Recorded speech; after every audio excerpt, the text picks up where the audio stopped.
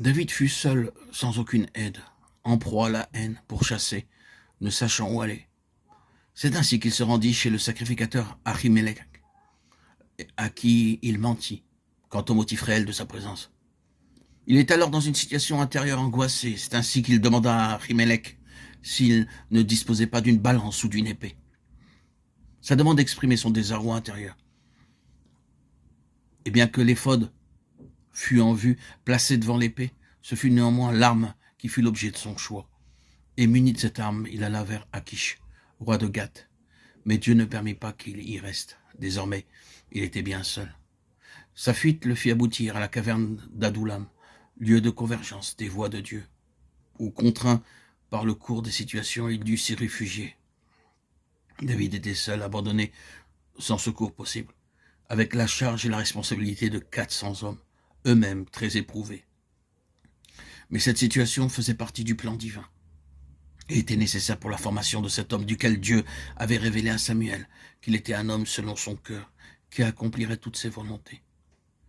C'est dans la caverne d'Adoulam que David apprit à dépendre de Dieu et de lui seul. Il était indispensable que Dieu ait cet homme entièrement pour lui. Personne en dehors de Dieu ne pouvait le former.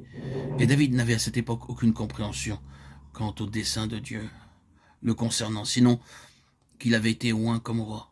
Mais il ignorait totalement le plan que le Seigneur avait pour lui. C'est dans l'importance des révélations qu'il reçut plus tard que nous trouvons l'explication des voies de Dieu à son égard, des épreuves et souffrances qu'il eut à endurer. Ainsi, Adoulam a signifié la fin de ses plans, où désormais il eut à apprendre que tout doit venir des cieux et procéder de Dieu lui-même.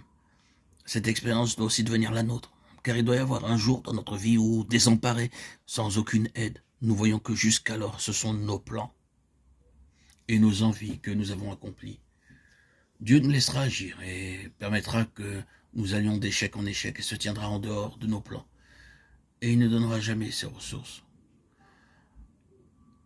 Il eut à apprendre à prier et à rechercher la volonté de Dieu. Ce fut une des premières leçons qu'il dut apprendre à Samuel 23, 1 à 12.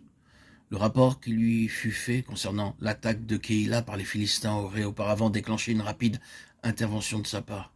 Mais à présent, les choses ont changé. Il consulta l'Éternel.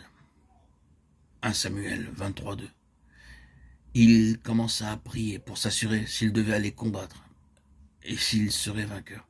Quel changement! Auparavant, il avait remporté beaucoup de victoires à la tête d'une importante armée, mais maintenant son intervention dépendra uniquement de la réponse de Dieu. Et quant au succès, il dépendra non de son courage ni de sa bravoure, mais uniquement de Dieu intervenant en sa faveur.